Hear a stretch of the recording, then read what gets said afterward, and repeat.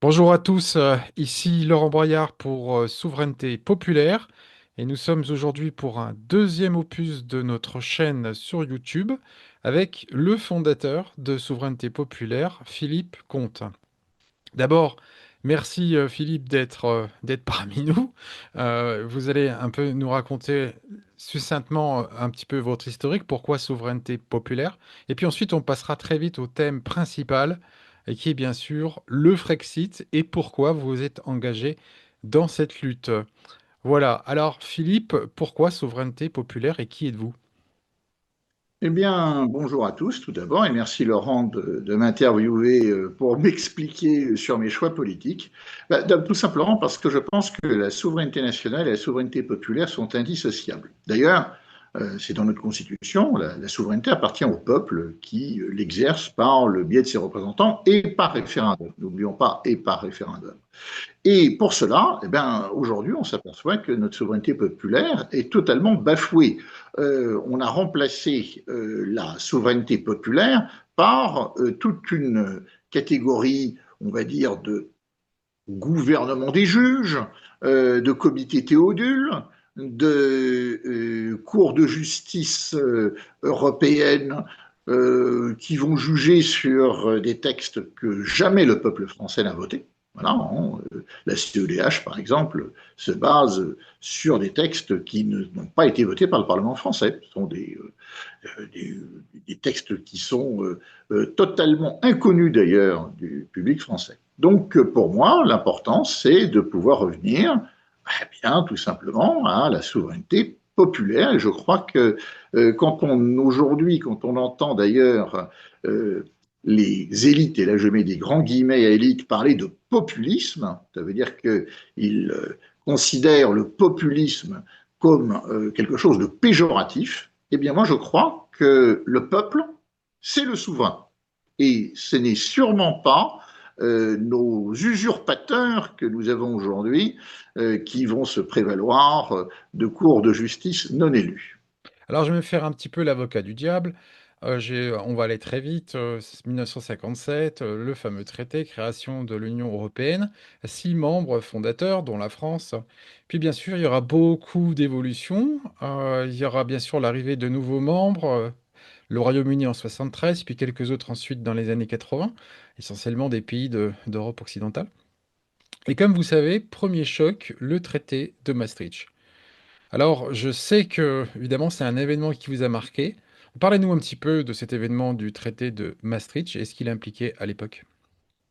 Oui, à l'époque, j'étais proche de Jean-Pierre Chevènement, hein, au moment du traité de Maastricht. Alors, bien entendu, j'ai fait campagne contre cet abominable traité qui, tout simplement, enlevait l'une des principales souverainetés, qui est la souveraineté monétaire. Hein. Tout le monde connaît les quatre souverainetés définies par Jean Baudin et rappelées par Marie-France Garot. Hein. La souveraineté, c'est faire ses lois, battre monnaie, donc la souveraineté populaire, rendre justice et décider de la paix et de la guerre. Donc, d'abandonner le fait de battre monnaie auprès de Francfort, c'est quelque chose qui est déjà le premier clou dans le cercueil de la souveraineté. Et bien entendu qu'il a fallu se battre contre cet abandon de souveraineté. Malheureusement, il s'en est fallu de peu. Hein, c'était 50,0, enfin 50,6 pour être précis, même pas 51% des Français qui ont voté pour Maastricht. Ça suffit. Et depuis, d'ailleurs, quand on a interrogé les Français en 2005 à nouveau sur la question européenne, là, il y a une large majorité qui a voté non pour pouvoir approfondir d'autres abandons de souveraineté. Malheureusement, ces abandons de souveraineté ont été réalisés dans le dos du peuple français par le traité de Lisbonne en 2007-2008. Alors, ce référendum dont vous parlez avait eu lieu en fait 2 ans avant, en 2005, si ma mémoire est bonne. Et puis, expliquez-nous ce moment, parce que je pense qu'il y a beaucoup de Français qui ne sont pas tellement au courant. Les Français ont voté non, mais pourquoi ce traité finalement a été avalisé? Ah ben, bien entendu, maintenant ça s'éloigne. Hein. Je vous parle d'un temps que les moins de 20 ans ne peuvent pas connaître, hein. Mais c'était le dernier référendum national en France. Depuis, il y a eu des consultations locales qui d'ailleurs ont été elle aussi bafouée, que ce soit pour l'aéroport de Notre-Dame-des-Landes ou que ce soit pour la fusion des départements Bas-Rhin et Haut-Rhin. À chaque fois, les Français ont dit quelque chose et les autorités ont fait l'inverse du choix des Français, ce qui prouve qu'il y a aujourd'hui l'abandon total de la souveraineté populaire. Mais là, c'est le plus évident, parce que c'était beaucoup plus important. La dernière fois que les Français ont été à une très large majorité, hein, on dit non, eh bien, et on a eu un oui. Voilà. C'est tout simplement l'ensemble euh, des structures européennes telles que nous les connaissons aujourd'hui, hein, le fait du vote à la majorité qualifiée, inversé d'ailleurs, hein, avec la commission qui a l'initiative de la proposition législative, le fait que pour renverser la commission, il faut un vote de plus de 2 tiers des députés européens. Alors quand on voit que le 49-3 en France, où il faut la majorité plus une voix, c'est déjà très compliqué. Alors imaginez avec 2 tiers plus une voix, la commission ne peut pas être renversée. Donc nous sommes dans une sorte de dictature molle, et en effet, il faut en sortir. D'ailleurs, moi je suis à la fois pour la sortie, bien entendu, ce qu'on appelle le Frexit, de la France de l'Union européenne, de l'euro, de l'OTAN, etc. Mais je suis aussi pour la destruction de l'Union européenne. Parce que je pense que si la France sortait seule et ne s'occupait pas de pouvoir aider d'autres pays à sortir de l'Union européenne, nous risquerions d'être pris en étau dans une forme de nouvel empire de Charles Quint qui finirait par faire pression sur la France. Donc, je crois qu'il faut non seulement, bien entendu, que la France en sorte, mais je crois qu'il faut aussi détruire ce que j'appelle cette immonde saloperie d'Union européenne qui nous pousse à la ruine et à la guerre. Alors, justement, revenons parce que, voilà, 2004, il y avait eu déjà beaucoup d'évolutions, puisqu'en 2004, on a l'entrée de très nombreux pays européens, essentiellement d'ailleurs de l'ancien bloc soviétique, du pacte, ou même des républiques soviétiques, comme les États baltes. Et puis, les années suivantes, 2008 et puis 2010, je crois, pour le dernier, on a d'autres entrées jusqu'à 28 membres. Et puis, bien sûr, plusieurs années plus tard, en 2020, c'est le Brexit, la sortie du Royaume-Uni. Alors, je sais que François Asselineau a parlé de plusieurs milliers de traités qui ont été signés, évidemment, là, dans le dos des Français, euh, justement avec l'Union européenne. Est-ce que vous pensez que c'est possible qu'on puisse sortir de ces traités? Parce que je crois que François Asselineau avait parlé de 6 ou 7 000 traités. C'est quelque chose d'hallucinant de mémoire.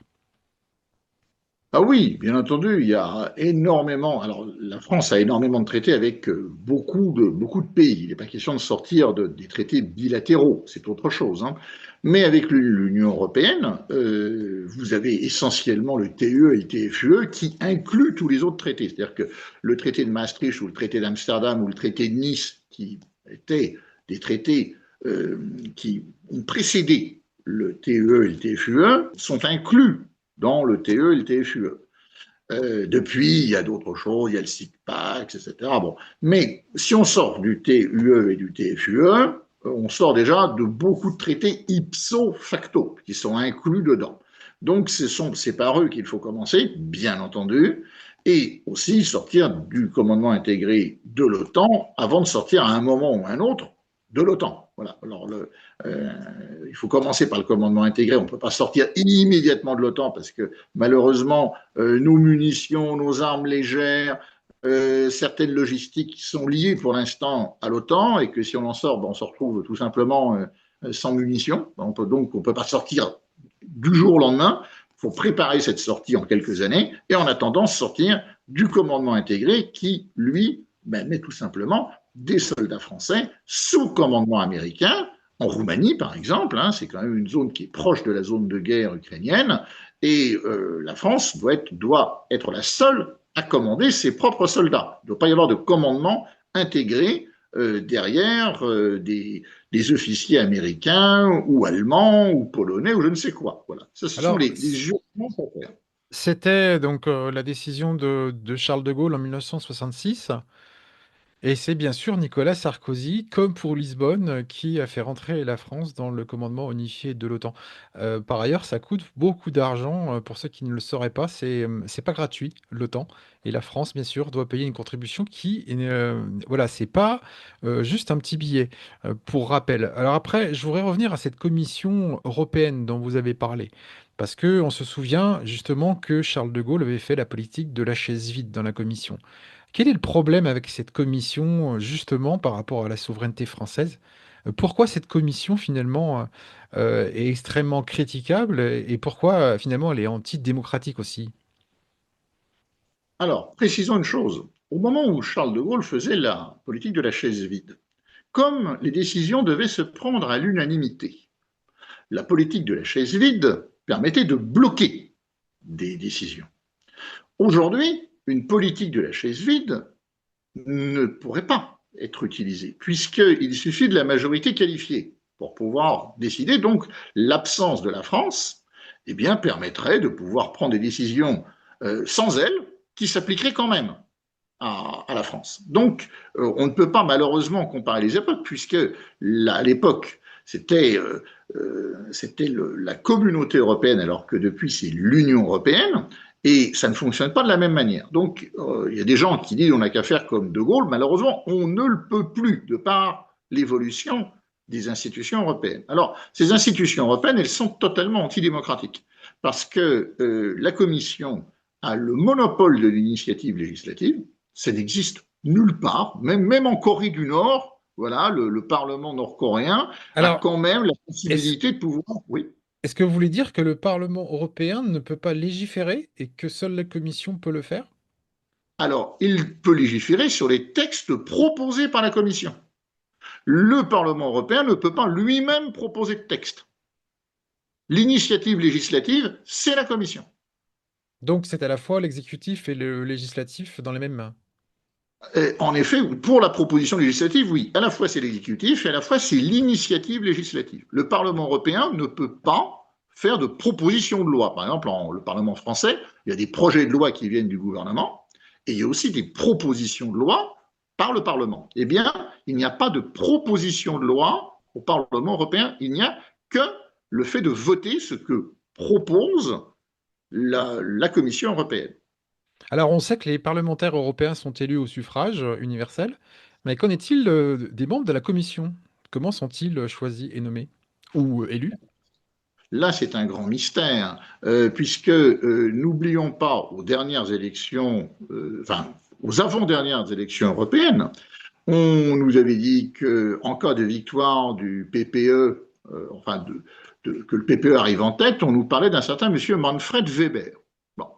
Et est sorti du chapeau Madame von der Leyen, dont personne n'avait entendu parler avant comme candidate à la présidence de la Commission.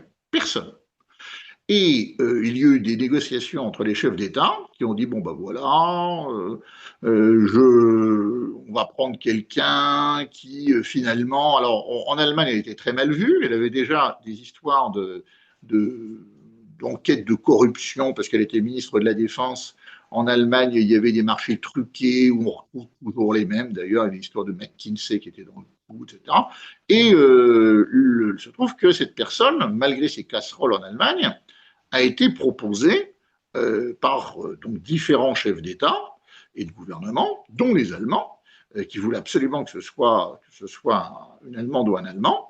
Et Emmanuel Macron a trouvé ça très bien. Et puis, il se trouve que Mme von der Leyen est un pédigré qui devait plaider pour cela, puisque son père était lui-même, avait été secrétaire de Walter Hallstein, qui était l'un des premiers présidents de la Commission européenne du temps de la communauté européenne. Et sa famille maternelle, ce sont des gens qui avaient des racines aux États-Unis, la famille Letson, des grands propriétaires d'esclaves en Caroline du Sud et en Géorgie. Donc une personne qui était tout à fait transatlantique, voilà, qui avait des intérêts avec, je vais dire, sa famille hanséatique de Brême et de l'autre côté les intérêts aux États-Unis. Donc on peut dire qu'elle avait tout à fait le pédigré pour pouvoir devenir présidente de la commission. Alors, vous avez parlé de Wallenstein, hein, si j'ai bien entendu. Qui était cette personne? Parce que je sais que c'est intéressant. Bon, bien sûr, François Asselineau, on en a beaucoup parlé, et d'autres, mais je pense que pour les auditeurs, pour ceux qui ne le savent pas, rappeler un peu qui était cet homme. Alors, Walter Hallstein, c'était un petit juriste, hein, c'était pas un grand juriste, comme je l'ai entendu parfois dans certaines vidéos, c'était un petit juriste qui avait travaillé dans l'Allemagne nazie pour différents textes nazis, et puis qui finalement, comme il était universitaire à l'université de Francfort, il a été proposé en janvier 44 pour faire partie de la NSFO, Nationalsozialistische Führungsoffizier, c'est-à-dire les commissaires politiques nazis dans la Wehrmacht. Et pour bien vérifier que les soldats de la Wehrmacht, pas de la SS, hein, de la Wehrmacht, étaient endoctrinés à l'idéologie nazie, allaient se battre jusqu'au bout pour défendre le Troisième Reich. Et ce monsieur a été fait prisonnier à Cherbourg par les Américains, qui l'ont envoyé dans un camp de prisonniers destiné aux officiers. Je crois que c'est Fort Bragg, mais je ne me souviens plus obligatoirement, c'est à vérifier. Et là-bas, il a été retourné, hein, faut dire ce qui est. On a fait disparaître les Américains qui occupaient l'Allemagne ont fait disparaître tout le passé de M. Walter Hallstein des archives, si ce n'est, malheureusement pour lui, cette appartenance à la NSFO. Quand il est devenu le premier président de la Commission européenne, ils avaient bien entendu un moyen de pression, un compromat contre lui. Voilà, ils avaient d'ailleurs fait ça avec le secrétaire général de l'ONU, qui est un Autrichien, son nom me échappe comme ça, mais je vais le retrouver, qui était exactement dans le même cas. Voilà, donc c'est un moyen qu'ont eu les Américains de prendre d'anciennes personnes compromises avec le nazisme pour pouvoir les tenir et imposer leur politique en Europe. Alors, si je comprends bien, de cet homme, Walter Einstein, et puis jusqu'à van der Leyen, ces personnes sont choisies quelque part par des puissants, enfin en tout cas par une sphère qui nous échappe. Il n'y a pas de suffrage universel du tout, et il n'y en a jamais eu dans la Commission européenne. Du tout. D'ailleurs, on voit d'ailleurs que M. José Manuel Barroso, un autre président de la Commission européenne, avait été repéré au Portugal dans sa jeunesse par M. Frank Carlucci, qui était le directeur de la CIA pour l'Europe à l'époque. On voit que ce même M. Barroso, après sa carrière, est allé pantoufler, je crois, chez Goldman Sachs. Voilà, donc vous avez une commission européenne qui dit défendre les pays européens et qui est très liée aux États-Unis. Voilà, il faut quand même Et à la haute le remarquer. finance, bien Et à la haute sûr. finance. Mais on a des exemples de présidents français, bien sûr, avec la banque Rothschild, Emmanuel Macron au premier chef, et Georges Pompidou avant lui. Mais bon, c'est un autre sujet, on s'égare un peu. Revenons quand même quelque part. C'était Kurt Waldheim, j'ai retrouvé le nom du secrétaire général de l'ONU, qui était aussi un ancien nazi et que les Américains pouvaient tenir grâce à ce compromat. Alors à cette époque, je pense, juste pour ajouter, dans un contexte de guerre froide, les nazis, enfin les Américains, pardon, ont beaucoup recyclé de nazis. Cela est très connu dans tous les domaines scientifiques, politiques, renseignements, militaires, etc. C'était sans doute la raison première. Mais en tout cas, remarquons que cette commission n'est pas élue démocratiquement, ce qui est une exception évidemment, comme vous l'avez fait remarquer. Dans une organisation qui se dit évidemment démocratique, ce qui est déjà Alors, assez étrange. en fait, elle est acceptée par le Parlement européen une fois pour toutes, pour 5 ans, et ensuite, pour la renverser, il faut 66% des députés plus une voix. C'est l'équivalent d'un 49-3 en France, Mhm. sauf que le 49-3 en France, c'est 50% des députés plus une voix qui doivent voter une défiance. Les abstentions sont considérées comme votant pas pour la défense, mais pour le gouvernement. Eh bien, là, c'est 66%. C'est-à-dire que c'est quasiment impossible d'imaginer une commission qui soit renversée par le Parlement. Alors, revenons quand même à un sujet aussi qui fâche en France. Les politiciens n'en parlent pas souvent. Parce qu'on nous présente toujours l'Union européenne comme une chance pour la France, moteur de projets financés par l'Union européenne. Alors, peut-être vous pouvez nous dire ce qu'il en est, qu'est-ce que ça coûte à la France, l'Union européenne? Ben, ça lui coûte très cher. Ça lui coûte d'abord, vous savez que, alors ça dépend des années, mais notre contribution à l'Union européenne est actuellement, je crois, alors ça bouge tout le temps, mais ça bouge malheureusement vers le pire, hein, de 29 ou 28 milliards par an, et on en récupère, aide agricole incluse de la PAC, on en récupère environ 14-15. Donc vous voyez qu'on a à peu près entre 14 et 13-14 milliards de différence entre euh, ce que nous payons et ce que nous recevons. Ça, c'est déjà le premier point. C'était pas autant il y a quelques années, mais depuis que la Grande-Bretagne est partie, ça s'accroît. On fait rentrer en plus en plus de pays là qui vont être eux-mêmes dans les Balkans des pays bénéficiaires, parce qu'on ne va pas demander au Monténégro ou à la Bosnie ou à l'Albanie de pouvoir payer. Hein. C'est bien entendu, il faudra les aider. Et donc, ce sera à nouveau l'Allemagne, la France et les Pays-Bas qui vont contribuer plus. C'est-à-dire qu'au fur et à mesure qu'il y a l'approfondissement et l'élargissement de l'Union européenne, ça coûte de plus en plus à la France. Alors, en Mais fait, juste pour rajouter, il y a 10 pays qui sont des pays qui sont déficitaires, donc qui financent les autres pays et l'Union. 10 pays. Et donc les 18 autres sont bénéficiaires, donc touchent plus d'argent qu'ils n'en donnent. Voilà, c'est juste pour donner le petit chiffre. Et le Royaume-Uni était le deuxième financier de cette union. Effectivement, quand il a disparu, ça fait un gros trou qui a été réparti évidemment sur les autres, et notamment sur les 10 autres. La France est deuxième contributrice déficitaire, l'Allemagne étant la première. Pardon voilà. non, vous avez tout à fait raison de préciser. Et puis in fine, il n'y a pas que ça. Il n'y a pas que ça. Parce que le fait d'avoir choisi une monnaie qui ait été pendant des années et des années calquée sur l'économie allemande fait que nous avons eu pour nous une monnaie surévaluée et pour l'Allemagne une monnaie sous-évaluée. Ce qui a permis à l'industrie allemande de tailler des croupières à l'industrie française. Alors maintenant, c'est un peu plus compliqué parce qu'ils ont des problèmes d'énergie, mais on va dire que jusqu'en 2022, grosso modo, l'Allemagne avait un avantage compétitif gigantesque qui faisait que elle écrabouillait ses concurrents, essentiellement français et italiens, à l'intérieur même de l'Union européenne.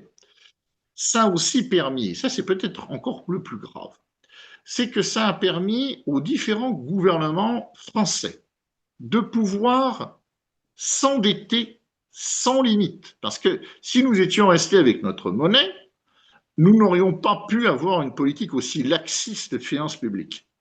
Mais le fait d'avoir ce parapluie monétaire, de dire, ben voilà, de toute façon, les gens demanderont toujours de l'euro parce que l'économie allemande est la locomotive et que la zone euro elle-même, à l'époque, était en excédent commercial avec le reste du monde, de par les exportations allemandes et hollandaises, mais enfin pas par rapport aux Françaises qui ont été déjà en déficit. Mais comme on avait cette monnaie commune, eh bien, on pouvait se protéger derrière et donc continuer d'avoir une politique totalement laxiste en finances publiques. Et on le paye maintenant très cher, parce que à la fois la locomotive allemande s'arrête, et donc voilà, les armes ne sont pas montées jusqu'au ciel, on va bientôt nous amener la facture de toute cette gabegie budgétaire qui n'a été possible que parce que nous étions sous la protection, entre guillemets, une sorte d'opium, une sorte voilà, d'antalgique qui nous empêchait de pouvoir ressentir la douleur, mais malheureusement, la maladie, elle, pendant ce temps-là, de manière totalement subreptice, a avancé et il va bien falloir même à un moment amputer le membre qui est gangréné parce que nous n'avons pas senti cette douleur. Alors, si je comprends bien, en fin de compte, donc, les États, tout le monde le sait très bien, quand il a sa monnaie, tout ça est gagé sur les richesses nationales, les stocks d'or qu'il peut y avoir, etc. Donc là, effectivement, la monnaie de l'euro, elle, finalement, elle était... Pourquoi c'est l'Allemagne qui a été choisie? Pourquoi c'est la Deutsche Bank qui a été choisie pour, finalement, gager cette monnaie? Parce que du coup, comme ce n'est pas un État, il faut bien l'engager sur quelque chose. Pourquoi c'est l'Allemagne qui a remporté, finalement, le gros lot? Alors, c'est au moment où on a créé l'euro, on était dans une phase historique très différente, puisque c'était le moment de la réunification allemande. Et pour les Allemands, c'était le plus important. Et le Mitterrand et ses conseillers, malheureusement, ont considéré que de pouvoir rapprocher totalement le franc du marque, et pas que le franc d'ailleurs, c'était aussi la lire italienne, il y avait la peseta espagnole, mais on va dire grosso modo les monnaies qui étaient un peu plus faibles, de les mettre en monnaie forte, en se mettant avec une monnaie calquée sur le marque, c'était un moyen de monter en gamme dans la production européenne. Résultat des courses, ça ne s'est pas passé ainsi. C'est-à-dire que on ne peut pas demander par l'opération du Saint-Esprit une économie de changer et que tous les Européens deviennent des Allemands. C'est pas possible. Donc, ben voilà, ce qui est arrivé arriva. Ça nous a permis de nous endetter. C'est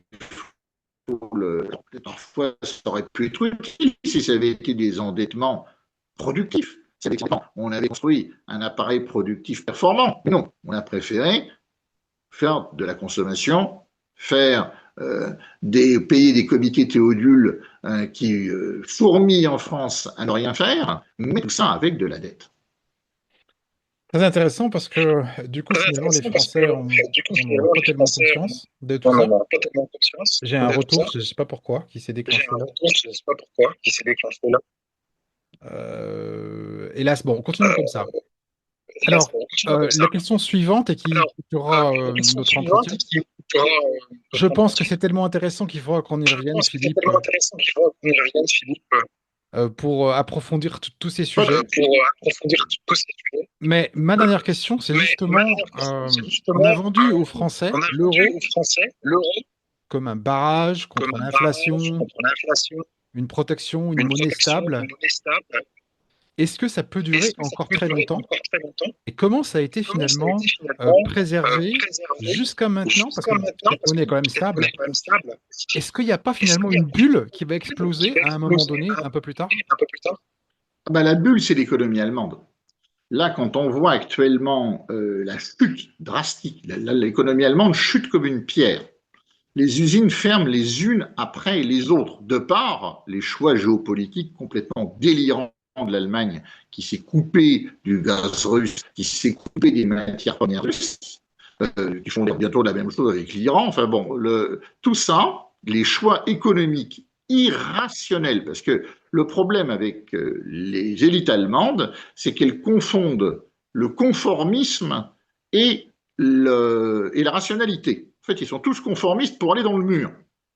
Et comme nous nous sommes liés totalement à la locomotive allemande, celle-ci est en train de dérailler, eh bien les wagons vont suivre. Et on devrait, si on avait des élites qui mériteraient ce nom, on devrait très vite décrocher les wagons de cette locomotive qui va nous entraîner dans le gouffre. En effet, c'est pour très bientôt. Là, on n'est pas à dire c'est à long terme, à moyen terme. Non, c'est dans les mois qui vont suivre. Or, le problème, on l'a déjà vu dans l'histoire, quand l'Allemagne va mal, c'est qu'elle devient de plus en plus irrationnelle et de plus en plus dangereuse.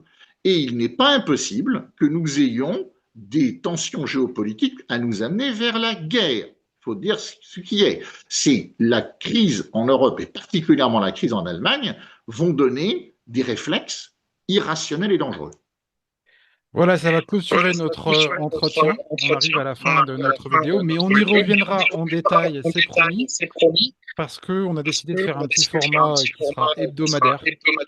En tout cas, merci encore à vous, Philippe. À bientôt. Il y aura les liens du site Souveraineté Populaire, de notre Telegram et tout ça. Commentez, likez, partagez. Merci à tous. Au revoir. Au revoir.